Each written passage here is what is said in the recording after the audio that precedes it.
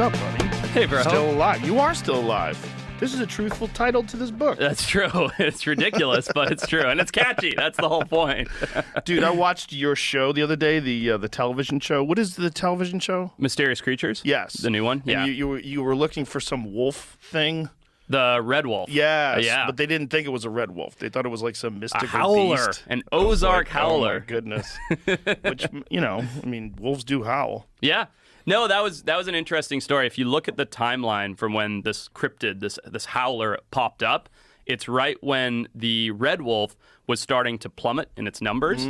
And as soon as wolves plummet, they call to each other, right? They howl. Ah, that makes sense. So it's like, oh, we're hearing this thing and the spooky thing that we've seen running around the woods. And it's like, well, yeah, it's wolves trying to find each other. Ah. And it happened to also overlap with when moonshining was like a big deal. So they perpetuated the rumor of the howler to keep people out of the woods. Right. So it like checked all these boxes to like make up this animal. Is there any cryptid that you find compelling? Just I think we talked about it before, the Megatherium, the giant ground sloth in Peru. Yeah. That's the only one. I mean, depends what you define as cryptid, right? Like, I'm not a Bigfoot guy or Loch Ness monster, but thylacine could be considered a cryptid, right? Yeah, because it was alive. We do have video footage of it, and there's been a bunch of sightings. Yes, but now you have all these Bigfoot-esque people, right? All these sort of tinfoil hat guys who are like, it's here, I've seen it, or whatever. And so it's like started to fade into this cryptid realm. And I still think that in Papua New Guinea, there could be an extant population. Why in Papua New Guinea? So they used to range, we got right into this. This is great, by the way. So they used to range from PNG, from New Guinea, all the way down to Tasmania. And then as people came over, they brought dingoes with them, right? And this was like 4,000 years ago. And then the dingoes outcompeted the thylacine in mainland Australia and, in theory, in Papua New Guinea. But dingoes were never introduced into Tasmania, which is why thylacine occurred for so much longer in Tasmania. However, why in Papua New Guinea is because it's such a dramatic habitat. There's so many like valleys and canyons and things that dingoes just probably couldn't traverse.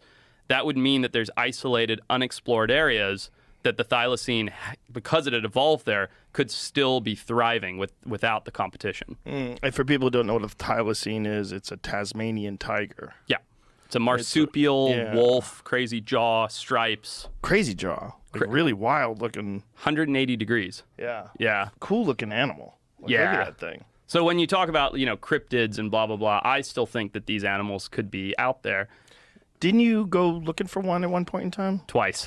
Twice. Yeah. And did you have any sightings or any, at least, amongst the people that you were around, or any credible reports? No. Nothing? Well, reports, yes. I mean, there's a guy named Nick Mooney who is like an incredible, that's Benjamin, the last living thylacine in the zoo in Hobart, Tasmania.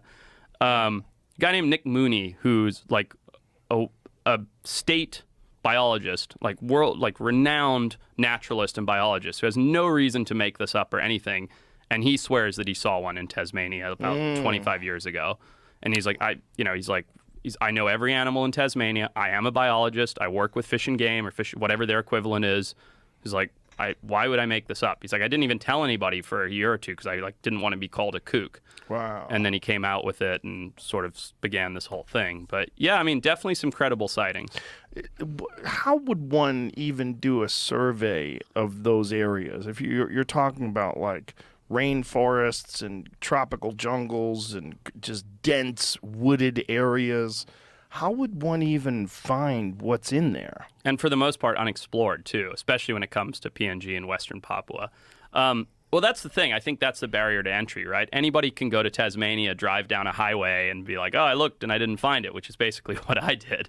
But to get into those places that they could be extant requires helicopter support, refuels, tons of local ground support, like local hunters and tribal people that know the land. And so it's a big, expensive operation to try and get into these places. And then, that's just getting in. Then you'd pepper it with trail cameras, baited cameras. You'd do some scent trailing, some sound calling, all these. I mean, you're a hunter. You know these techniques. Well, it's interesting because we know that mountain lions are real, but most people don't ever see a mountain lion. Right. And a lot of people that live in like these heavily wooded areas don't see mountain lions. Yeah. Like, it's hard to find one, and they're everywhere. They live in our cities. Yeah, there's a shit ton of them. Yeah. So you might get lucky and catch one, but the populations are pretty great in terms of like if you're in Colorado or if you're in Utah. I mean, they have a lot of mountain lions, Right. and it's very rare that you see one. Exactly. So imagine if there was a very small population of mountain lions, or or Tasmanian tigers, and you went looking in a much more wooded area, much more dense environment, much larger too. Huge swaths of unpopulated land. And if they were intelligent and cryptic like a mountain lion, which they probably were because they were at the top of the food chain, they know and they choose not to be seen. Like P-22, right? The mountain lion that lived in L.A. We have a big photo of him out here. The one with the Hollywood sign? Yeah. It's a great picture. I just love that photo. Yeah. He's just dead now. Yeah, exactly. Yeah. But did they kill him? Did they euthanize? They euthanized him. Yeah. Something was wrong with him, right? Like he was badly injured. I think he got hit by a car. I think. Don't quote me on that. But there was some injury. I think it was a car strike, and he was an old cat as well. So yeah. What do you think of the orang pendek? I think it's interesting. Have you ever seen that motorcycle video where the guy's on the motorcycle and he sees the little guy run across? Yeah. So that's supposed to be orang pendek, right? And well, let's see if we can find that. Sure. That one is weird because there you go. Here, is that real? It's so. And is this a kid? That looks fake. Well, that one so looks fake. over embellished. But if you watch the actual video, So this is the video I've seen. I think that we love humanoids. As a species, we love the Just idea. play the video. It doesn't play. It's all still frames. All of it? It's all someone talking about this. It's not the video. Oh, well, that looks so fake. Yeah, it does. That's a still frame of it. But that could just be a naked dude. Totally. That totally could be a crazy looks like person. a dude. Yeah. That doesn't even look that hairy. But I think look at the proportions. Looks like a person. Did they have something to judge it by? I've seen the actual video though, Jamie. See if we can find the actual video because that's not it. Yeah, this is the same one I've seen. Yeah. And I think in relation to the motorcycle and the guy, even though there's some forced perspective, it's tiny. Yes. Right? So it looks like a dude, but that would be like a 4-foot tall guy. So here's these guys. They're on this motorcycle racing along. Was that the one? I felt like it ran across before. Yeah, that one looks fake. This one looks fake. I'm that one looks certain like I saw a different full-on one. setup. The Yes. guys slow their bike down just in time. Yeah, this one's nonsense. What? Well, that was where it ran across the road. The one that I saw, though, I thought it was dark-haired. And it ran this way across the road, and it right? was a very quick and brief video.